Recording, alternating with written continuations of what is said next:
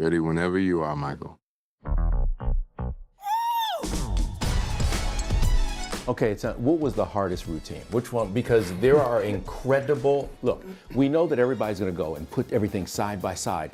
It is incredible how you recreated these scenes. Which one was the hardest? Thank you. Which one was the hardest? I would say probably Billie Jean, Motown 25.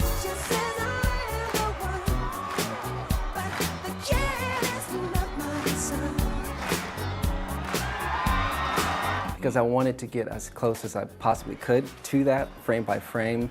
And that one was tough because trying to stick to that, frame by frame, but also not coming across as just trying to mimic, but still embodying the performance in it and being believable while sticking to that structure. That was a challenge, hitting every moment, every beat, but also having the energy and the showmanship behind the moves too, which was a challenge.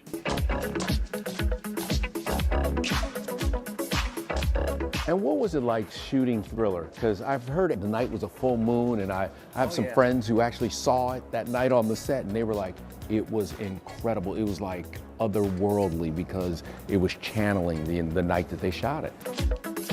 It felt like that. It was surreal, it was weird because it was just like going back in time, especially I wasn't even born in that time.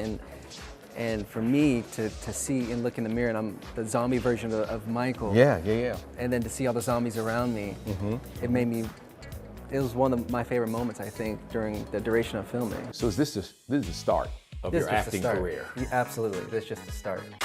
In the highly anticipated Michael biopic, Jaafar Jackson's goal was never to impersonate his uncle, but to rather channel his essence, and boy does he deliver. That is what I want the world to feel. Magic. The 29-year-old beat out 200 other actors to land the role. Jaafar's preparation took 2 years and included dancing every day until his feet were numb. He also moved back into the Jackson family's famed Havenhurst compound to fully entrench himself in Michael's world. Let's do it again. Yeah, I missed that. Yeah. What's that like to spend time in the place where Michael created so much magic from? I spent one, I grew up there. Yeah. But then in this process of getting into character, I used that as a playground, a place to really train and rehearse, work with my acting coaches, work with choreography of the many different moves there. So wait, so you went back to Havenhurst and everybody just came to your house? Yeah. So you were like, I'm home. Yeah. Like you could go in the kitchen when you sat on the couch, everything? Yeah, I would wake up there, I'd go down, rehearse, and when I take a break, I'd go watch films that my uncle would watch, or do different things that would just make me stay in that mode. And I did that for about 2 years, I would say. So you were back at the house living there, basically? Yeah, I was. Land like this. Yeah, I'm always on the wrong side. You worked with some of his old choreographers. How was that? Wow, Rich and Tone. No, Yeah. I got a chance to work with them for a good amount of time, and to be able to work with them and hear the stories that they had while working with Michael, and those stories in the rehearsal process of what that was like, and how disciplined Michael was. That was incredible to hear, and there's so much love. What do you remember most about Michael? What I remember most is just really those tender moments of having fun with my uncle.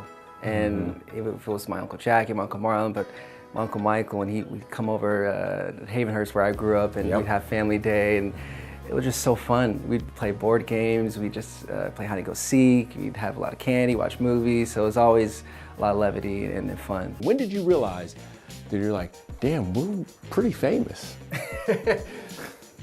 When did I first realize? I was around 5 or 6. In New York for the 30th anniversary. Yes. At Madison Square Garden. I just remember it being incredibly loud, hearing all the fans screaming. I was covering my ears, and seeing my father and uncles on stage. That was my very first time seeing them perform.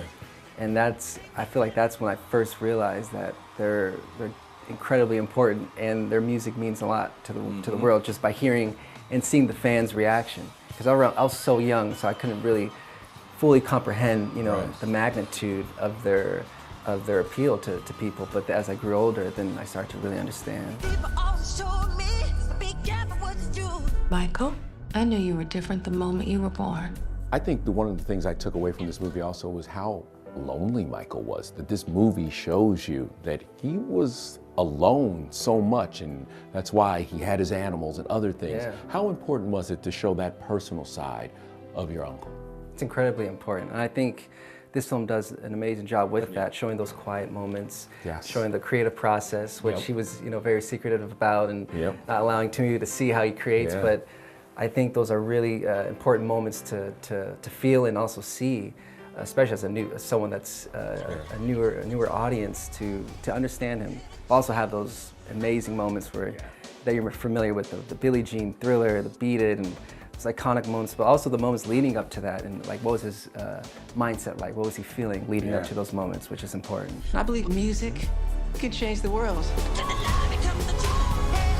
E.T. traveled nearly 6,000 miles away to Berlin for this exclusive interview inside the immersive Michael Jackson fan experience. Many of these iconic outfits were recreated for the film that hits theaters April 24th.